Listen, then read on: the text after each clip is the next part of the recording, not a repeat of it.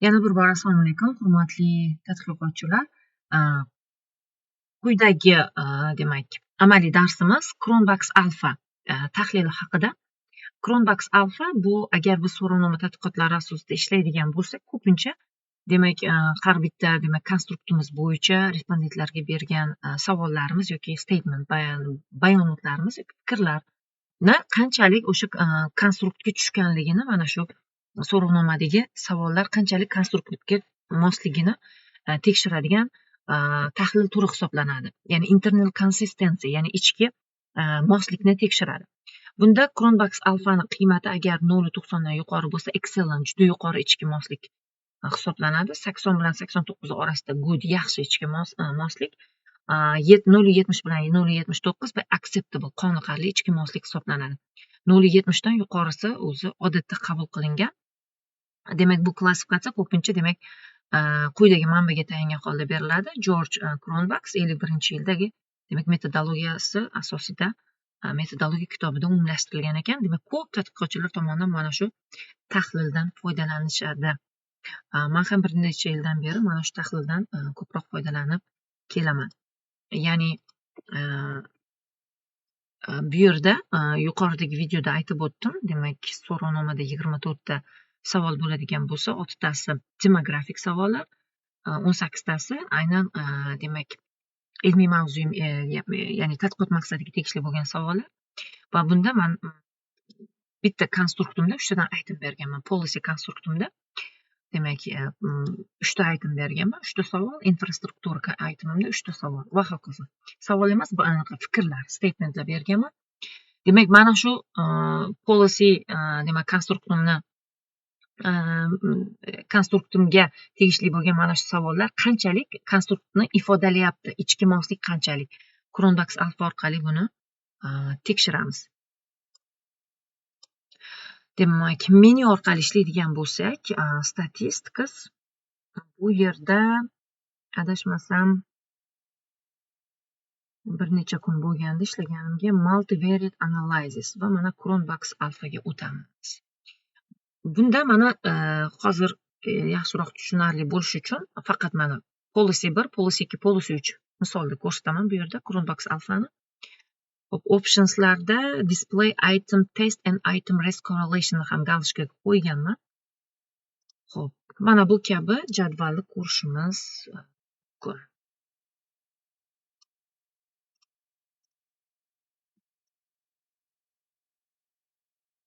Bunda demak mana shu policy konstruktimdagi 3 ta item qanchalik mosligini ko'rishimiz mumkin. Bunda demak umumiy demak 0.75 demak bitta konstruktimdagi demak savollarga hozir bu qoniqarli, demak acceptable bo'lyapti.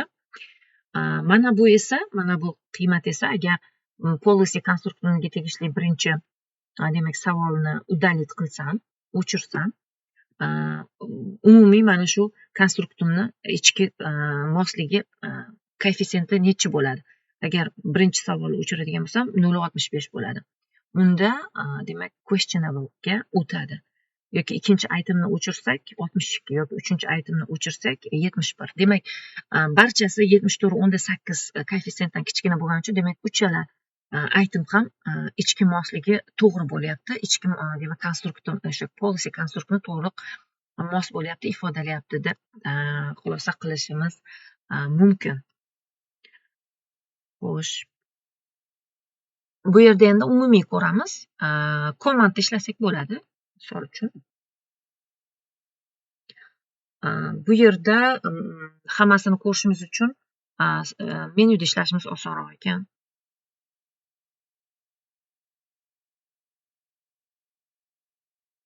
Bu yerdan davom etamiz. Qolganlarni ham infrastruktura 1 2 3 tobi o'zgaruvchilarim, mediator, moderator, variable konstruktlarni ifodalaydigan itemlarni belgiladim hammasini va okey. Mana bu jadvalni ko'rishimiz mumkin.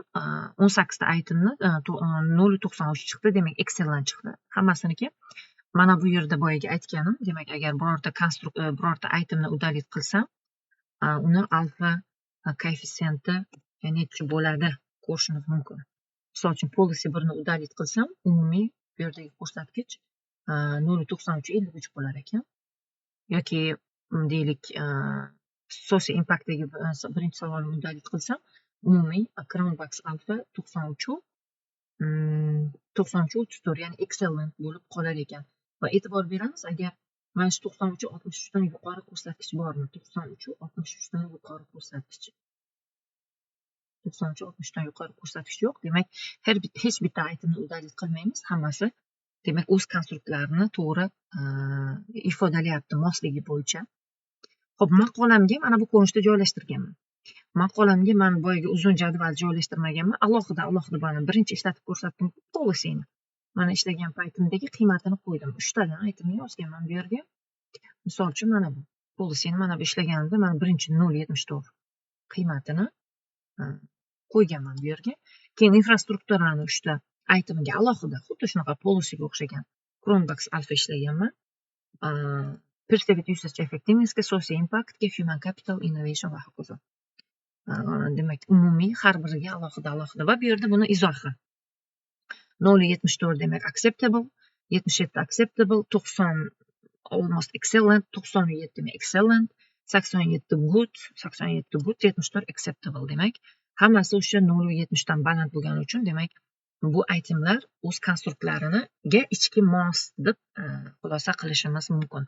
Reliability statistics deb beramiz yoki reliability analysis deb bersak ham bo'ladi. Resultsni ichida keladi. Bu o'zi ko'pincha descriptive statisticsdan keyin keladi, variablelardan keyin keladi. Chunki biz bu yerda variablelar haqida nima degan savolga javob beramiz. Qanaqa variable bor? O'rtacha qiymati, standard deviation va hokazo. Va bu variablelarni demak tashkil etgan itemlarni ichki mosligi qanchalik, o'sha 3 tadan item bularga mos. Men boya konstrukt dedim, chunki birinchi metodologiyani yaratganimizda, tadqiqot modelimizni demak yaratgan, tayyorlab olgan paytimizda mana bu demak jihatda, mana bu ko'rinishda konstrukt deb olamiz, chunki biz har bitta itemga 1 dan 5 gacha Likert shkalasida ishlaymiz-da, ordinal o'lchov birligida. Yoki latent variable desak ham bo'ladi. Latent variable yoki konstrukt bir-biriga mos. Lekin so'rovnoma tahlillarini olib turib, statiga olib kirgandan keyin 3 ta itemdan yangi o'zgaruvchi yaratganimizdan keyin o'zgaruvchi variable bo'lib ketadi. Bu yerda konstrukt yoki latent variable desa ham bo'ladi. Yoki variable desa ham bo'ladi. Xato emas bu, lekin o'zi umuman yuritilishi metodologiya bo'yicha aytyapman. Konstrukt yoki latent variable. Chunki biz masalan policyni, infrastrukturani, ya'ni raqamli moliya xizmatlari bo'yicha yoki foydalanuvchilar tomonidan foydalanish samaradorligi, ijtimoiy ta'siri va hokazoni raqamli tayyor rasmiy statistikadan olmaymiz-da. Bunaqa rasmiy statistikani o'zi yo'q. Demak, buni respondentlarning fikriga, idrokiga ko'ra baholayapmizmi? Bu kabi demak nimani baholashlarni, demak uni konstrukt yoki latent variable deb olamiz. Keyin ulardan olgan raqamli ma'lumotni indekslab turib yangi o'zgaruvchi yaratganimizdan keyin mana bu ko'rinishda yangi o'zgaruvchi yaratganimizda bular demak bu yerda o'zgaruvchi variable sifatida, chunki demak brauzer orqali ko'rganimizda ham ularni o'lchov birligi mana ko'rishimiz mumkin. Continuous va discrete. Xo'p, demak mana shunaqa vaziyatlarda biz Crownbox Alpha'ni ishlaymiz.